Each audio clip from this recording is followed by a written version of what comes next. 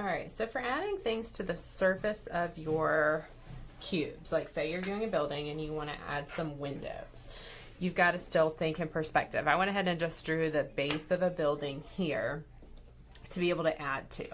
All right, so let's say I want windows on this side and I want some sort of signage and maybe some windows on this side.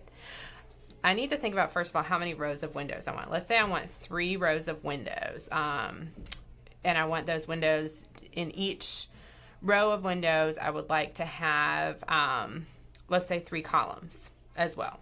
All right. I want to find out where the middle of this is. So I'm going to first start off by connecting my corners just to give myself an idea of where the middle of this space is in space. And I made a mistake here where I did a little bit of eyeballing, so I didn't have it exactly right. So I'm going to ignore that second line, and I'm going to keep this a little bit closer in line because that's what's correct. Okay, the place where that X crosses over is the middle of this space. Okay, so that's important to remember. All right, so I'm just going to keep that lightly there while I start working on my rows of windows. So if I've got 3 rows, that means I've got a top and a bottom to each row.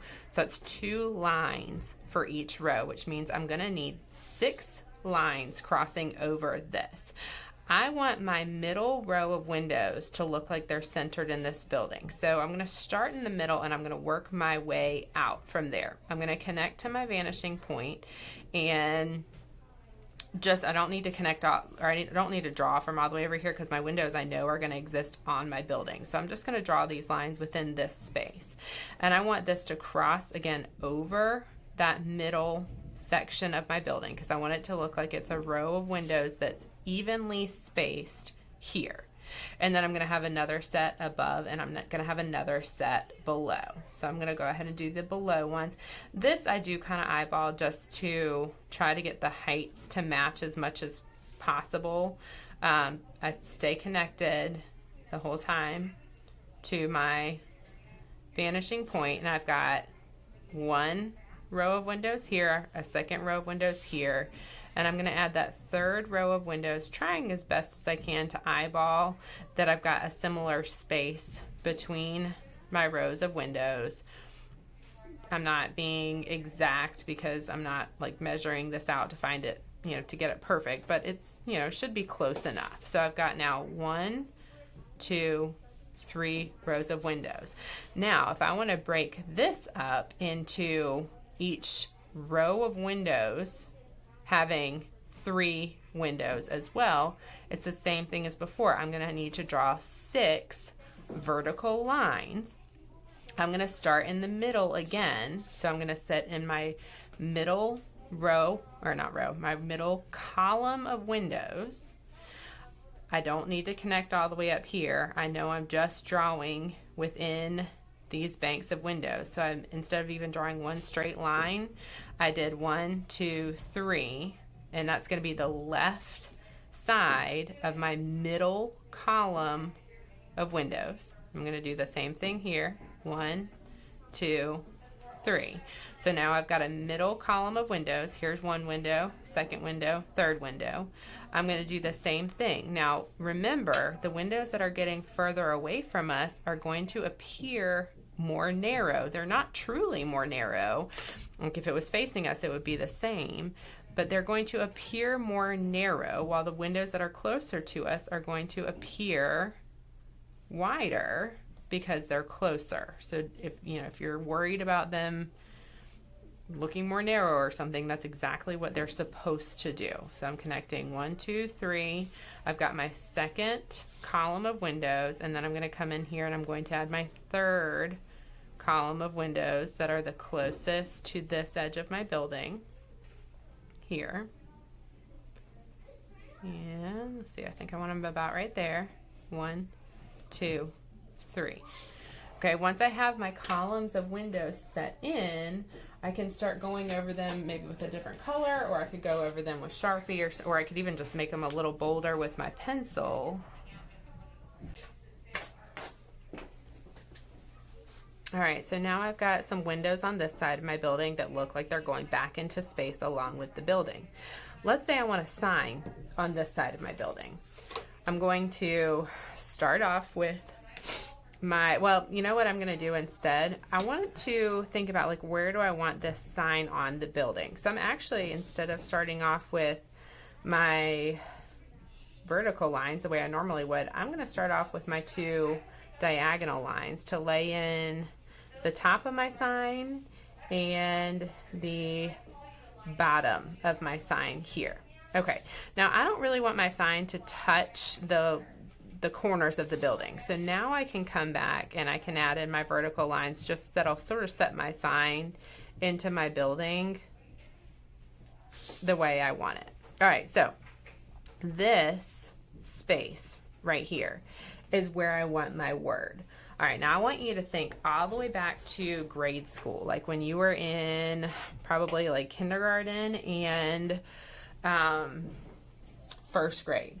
The paper that you wrote on, like to teach you lettering, the paper that you wrote on would have a top and a bottom line, and then it would often have a dashed line going down the middle. And what that dashed line did is it helped you know where the midpoint of your letters needed to be. So if you were writing a letter D, you knew that the top of your D and the bottom of your D touched the 2 solid lines, but that middle of your D was supposed to fit within that bottom section. If you were doing an E, it was to fit here in that middle section, whereas a capital letter E would touch top to bottom. The bottom of the E would go there, the middle of the E would go on the dashed line, and the top of the E would go onto that top line. If we think about this whole idea within this space, that will help you. This line here and this line here would be like the top and the bottom of this line, but we need to add that middle dashed line. Now we can find out exactly where it needs to go by finding the center of this space by connecting with 2 diagonal lines or a letter X across it. Where those 2 lines touch each other, that's the middle of your box. So I can come and connect the middle of that letter X to my vanishing point, and I can add a dashed line that goes along that. That gives me this kind of writing template that will help me form my letters correctly. Now, this is where things get tricky. Whenever you start writing on this sign, you've got to still think in perspective. So like your letter E isn't just going to be like a regular letter E. The verticals of your letter E will stay vertical, but these 3 horizontal lines are going to follow your perspective. All right, so the word coffee, C-O-F-F-E-E. 6 letters, this would be the midpoint. This is the midpoint of my sign here because that's where those cross over. So C-O-F needs to fit here, whereas F-E-E would fit in there to make it look like it's truly going away from me. The C I don't need a lot of help with because that's a curved form or curved letter, so I don't need to worry too much about my verticals and my horizontals. Same thing with the letter O. I can pretty much just write those into the space. I'm making them touch the top and the bottom though. And I'm not drawing them like real wide and circular. Now the F, however, I am going to use my ruler to draw my F. Same thing with my other F and my E's. This ensures that I give myself the vertical lines that I need. So I'm just going to lay in 4 vertical lines that are going to be the vertical, the vertical, the vertical, and the vertical. And you'll notice that those lines are getting closer and closer together the further I work away from my building. So now I already have the top of my F, and I know the middle of my F is going to follow along that.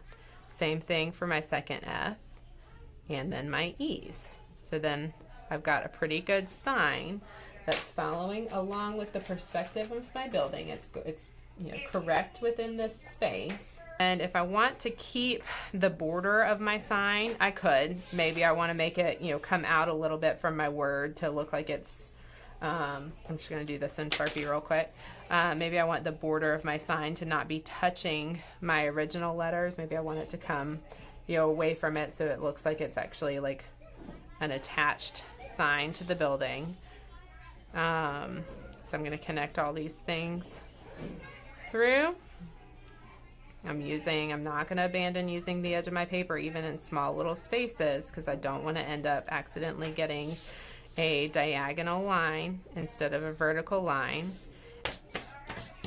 And I've got a nice sign that's where my lettering is also following my perspective.